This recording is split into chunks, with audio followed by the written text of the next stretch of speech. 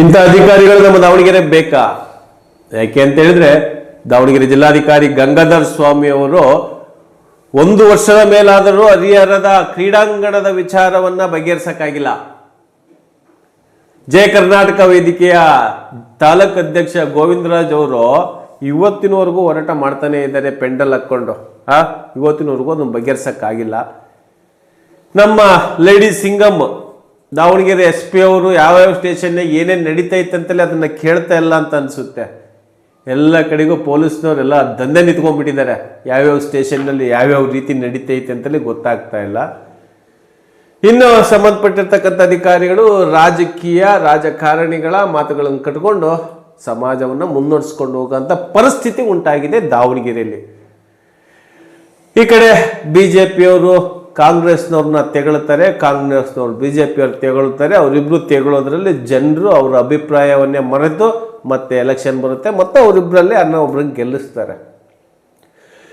ಇಲ್ಲಿ ಇವರಿಬ್ಬರ ಅಂದ್ರೆ ಏನು ಉಸ್ತುವಾರಿ ಅವ್ರನ್ನ ಹಾಗೂ BP ಹರೀಶ್ ಅವ್ರನ್ನ ಮಠಾಧಿಪತಿಗಳು ಸರಿ ಏನೋ ಮಾಡಿದ್ರು. ಅದಾದ್ಮೇಲೆ ಮತ್ತೇನಾಯ್ತು? ಮತ್ತು ಅದೇ ಆಯ್ತು. ಅಧಿವೇಶನದಲ್ಲಿ ಸಹ ಇದೇ ಮಲ್ಲಿಕಾರ್ಜುನರವ್ರು ಏನೇನು ಮಾಡ್ತಾ ಇದ್ದಾರೆ ಏನು ಇಂಚು ಸಹ ಬಿಚ್ಚಿಟ್ರು. ಬಟ್ ಇಲ್ಲಿ ಅವ್ರು ಹೇಳ್ತಾ ಇರ್ತಕ್ಕಂಥದ್ದು ಮಲ್ಲಣ್ಣವರು ಸರಿ ಆಯ್ತು, ಅವ್ರು ಹೇಳಿಕೆ ಕೊಡ್ತಾ ಇದ್ದಾರಲ್ಲ, FIR ಮಾಡ್ಸಕ್ಕೆ ಹೇಳಿ ಅಂತ ಅವರೇ ಹೇಳ್ತಾ ಇದ್ದಾರೆ. ಮತ್ತು ಇವ್ರು ಯಾಕೆ FIR ಮಾಡಲ್ಲ? ಈ ರಾಜಕೀಯನೇ ನಾಟಕ, ಬ್ಯಾಲೆನ್ಸ್ ಅಂತಾರಲ್ಲ ಹಂಗೆ. ಇವ್ರು ಅವ್ರು ಬ್ಯಾಲೆನ್ಸ್ ಮಾಡ್ಕೊಂಡು ಹೋಗೋದು, ಅವ್ರು ಇವ್ರನ್ನ ಬ್ಯಾಲೆನ್ಸ್ ಮಾಡ್ಕೊಳ್ಳೋದು. ಇವರಿಬ್ರು ಬ್ಯಾಲೆನ್ಸಲ್ಲಿ ಅಧಿಕಾರಿಗಳಂತೂ ಸರ್ವನಾಶ ಆಗಿ ಹೋಗ್ಬಿಟ್ಟಿದ್ದಾರೆ. ಯಾಕೆಂದ್ರೆ ಪಾಪ ರಾಜಕಾರಣಿಗಳು ಮಾತು ಕೇಳಬೇಕು. ಅದಕ್ಕೆ ಮೊನ್ನೆ ಸ್ಪೀಕರ್ ಅವರು ಒಂದು ಮಾತು ಹೇಳ್ತಾರೆ ಶಿವಲಿಂಗೇಗೌಡರಿಗೆ, UT ಖಾದರ್ ಅವರು ಏನಂತ ಹೇಳ್ತಾರೆ ಅಂತ ಹೇಳಿದ್ರೆ, ಅಧಿಕಾರದಲ್ಲಿ ಯಾರು ಇರ್ತಾರೆ ಅವರೇ ಸೀನಿಯರು. ಅವ್ರು ಎಷ್ಟು ಸಲ ಗೆದ್ರು, ಎಷ್ಟು ಸಲ ಮಂತ್ರಿ ಆದ್ರು, ಏನೇನಾಗಿದ್ರು ಅನ್ನೋದು ಕೌಂಟ್ ಇಲ್ಲ. ಆಡಳಿತದಲ್ಲಿ ಅಟ್ ಪ್ರೆಸೆಂಟ್ ಯಾರು ಇರ್ತಾರೆ ಅವರೇ ಸೀನಿಯರು. ವಯಸ್ಸು ಅವಶ್ಯಕತೆ ಇಲ್ಲ, ವಯಸ್ಸಿನ ಅಂತರ ಇಲ್ಲ. ಬಹಳ ಬ್ಯೂಟಿಫುಲ್ ಆಗಿ ಹೇಳಿದ್ದಾರೆ ಖಾದರ್ ಅವರು.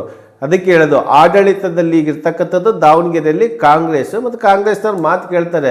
BJPಯವರು ನಿಮಗೆ ನಿಮ್ಮ ತಾಕತ್ತಿದ್ರೆ ಅವ್ರ ಮೇಲೆ FIR ಮಾಡಿಸಿ, ಯಾರ್ಯಾರು ಮಾಡ್ತಾ ಇದ್ದಾರೆ, ಯಾರ್ಯಾರು ಮಾಡಿದ್ದಾರೆ ಅಂತಂದು ಏನು ಹೇಳಿ ಸ್ಟೇಟ್ಮೆಂಟ್ಗಳು ಕೊಡ್ತಿರಲ್ಲ ಮೀಡಿಯಾದಾಗೂ ಕೂತ್ಕೊಂಡು, FIR ಮಾಡಿಸಿ. ಅದಕ್ಕೆ ತಕ್ಕನಂಗೆ ರೆಕಾರ್ಡ್ಸ್ಗಳೆಲ್ಲ ಇದ್ದರೆ ಮತ್ತೆ ಯಾಕೆ ಸುಮ್ಮನೆ ಮಾತುಗಳನ್ನು ಆಡ್ಕೊಳ್ತಾ ಹೋಗ್ತೀರಾ ಅಂತ ಹೇಳ್ತಾ, ಏನು ದಾವಣಗೆರೆಯಲ್ಲಿ ಈ ರೀತಿಯ ಆಡಳಿತ ನಡೀತಾ ಇದೆ.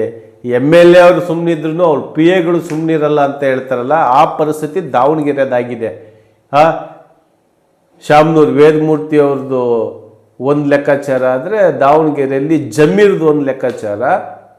ಇಲ್ಲಿ ಆಯುಬ್ ಪೈಲ್ವಾನ್ ಅವ್ರ ಮಕ್ಕಳು ಪೊಲೀಸ್ನವ್ರ ಮೇಲೇನೆ ಹೊಡೆದಾಡ್ಬಿಟ್ಟು ಇಬ್ಬರನ್ನ ಹಾಸ್ಪಿಟ್ಲಿಗೆ ದಾಖಲಾಗೋ ರೀತಿಯಲ್ಲಿ ಹೊಡೆದಿದ್ದಾರೆ. ಇಬ್ಬರು ಪೊಲೀಸ್ನವ್ರಿಗೆ, ಕೆಂಚಪ್ಪ ಹಾಗೂ ಹರೀಶ್ ಎಂಬುವ ಪೊಲೀಸ್ನವರಿಗೆ. ಗಾಯತ್ರಿ ಮೇಡಮ್ ಅವರು ದಾವಣಗೆರೆ CPI ಫುಲ್ ಏನಪ್ಪ ಅಂತಂದ್ರೆ ಫ್ರೀಡಮ್ ಫೈಟರ್ ಇದ್ದಂಗೆ ಅವರು.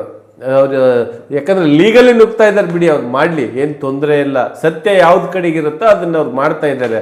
ಬಟ್ ಇವ್ರಿಗೆ ಅವ್ರ ಮಕ್ಕಳಿಗೆ ಅಂದ್ರೆ ಪುತ್ರರಿಗೆ ಇವ್ರು ಎಲ್ಲೇ ಹೋಗಿ ಏನೇ ಮಾಡ್ಕೊಂಡು ಏನಾಗಿದ್ರು ಏನು ಸಮಸ್ಯೆ ಇದ್ದಿಲ್ಲ. CG ಹಾಸ್ಪಿಟ್ಲ್ದಾಗ ಬಂದು ಜಗಳ ಮಾಡೋಂಥ ನೆಸೆಸಿಟಿ ಇರಲಿಲ್ಲ.